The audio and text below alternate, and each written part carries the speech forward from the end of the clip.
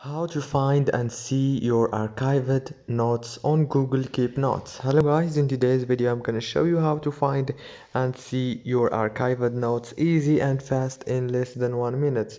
So this is the home page, as you can see right here. Now this is Keep Notes homepage. Now all what you have to do if you want to find your archived notes is go to the top corner right here and click on those three lines like this, and now go to archive here.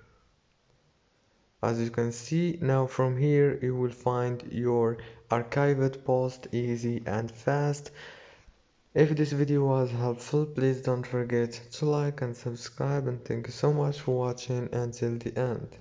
See you later. Thank you so much.